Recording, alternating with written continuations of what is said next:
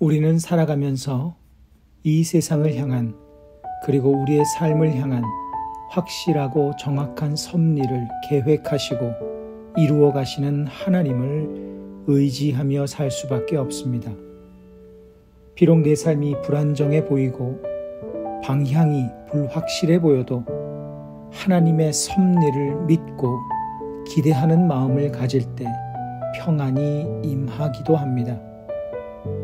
우리의 삶에서 하나님에 대한 믿음을 갖는다는 것은 내가 나의 능력으로 이루지 못할 것 같아 보여도 내 삶에 이루어 가실 하나님의 섭리와 능력을 믿는다는 것을 의미하기도 합니다. 하나님의 섭리는 늘 빛과 생명의 방향을 향하고 있습니다. 하나님은 어두움과 죽음의 일을 준비하시는 분이 아닙니다.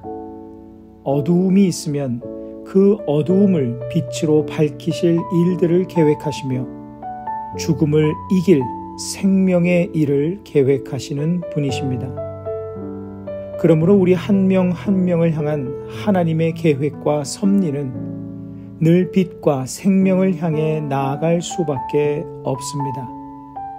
이는 곧 지금의 나의 삶에 들이우는 어두움이나 힘겨운 상황 등은 결국 하나님께서 예비하신 빛과 생명의 섭리를 향해 나아가는 과정일 수는 있어도 하나님의 섭리의 종착역은 결코 아니라는 것입니다.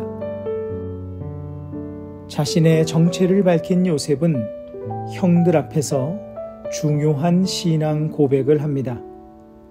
당신들이 나를 이곳에 팔았다고 해서 근심하지 마소서, 한탄하지 마소서. 하나님이 생명을 구원하시려고 나를 당신들보다 먼저 보내셨나이다. 이것은 요셉이 그 고통스럽고 괴로운 상처와 아픔의 시간을 지나 그를 통해 빛과 생명의 역사를 이루게 하신 하나님의 섭리를 깨닫고 하게 된 그의 고백이었습니다. 영혼의 어두움과 죽음과 같은 시간들이 있었으나 결국 하나님의 뜻은 빛과 생명에 있었음을 깨닫게 되었기 때문입니다. 빛과 생명을 향한 하나님의 섭리에 대한 깨달음과 하나님을 향한 믿음을 가진 요셉은 더 나아가 빛과 생명의 사람이 되었습니다. 자신에게 해를 가한 형들을 안심시키고 하나님의 뜻을 선포한 것입니다.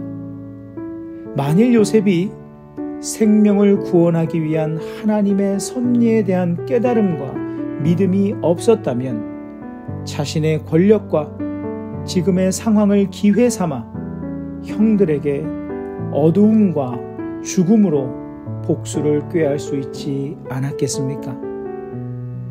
그러나 요셉은 자신의 생명과 모든 삶이 형들의 손에 달려있지 않고 하나님의 섭리에 달려있음을 믿었기에 이를 사람의 일로 여기지 않았고 하나님께서 자신을 통해 이루어 주실 일에만 집중하게 되었습니다. 우리의 인생은 사람의 손에 달려있지 않고 하나님의 손에 달려 있습니다. 그리고 그 하나님의 손은 우리를 빛과 생명의 섭리를 향해 인도하고 계십니다. 현재의 삶이 어두울 수 있고 그 어두운 삶이 내 삶을 위협한다고 하더라도 결국 그 모든 과정과 시간을 통해 하나님께서 나를 이끄시고자 하시는 방향은 빛과 생명의 방향이 될 것입니다. 더구나 우리는 예수 그리스도의 십자가의 은혜로 구원받은 하나님의 자녀들입니다. 하나님은 그분의 자녀들에게 가장 좋은 것을 주시는 우리의 아버지이십니다. 우리의 삶이 빛과 생명의 주인이신 하나님의 손에 있음을 늘 기억하며 늘 하나님께 소망을 둔 삶이 되기를 소망합니다. 말씀을 기억하며 기도하는 시간을 가지십니다.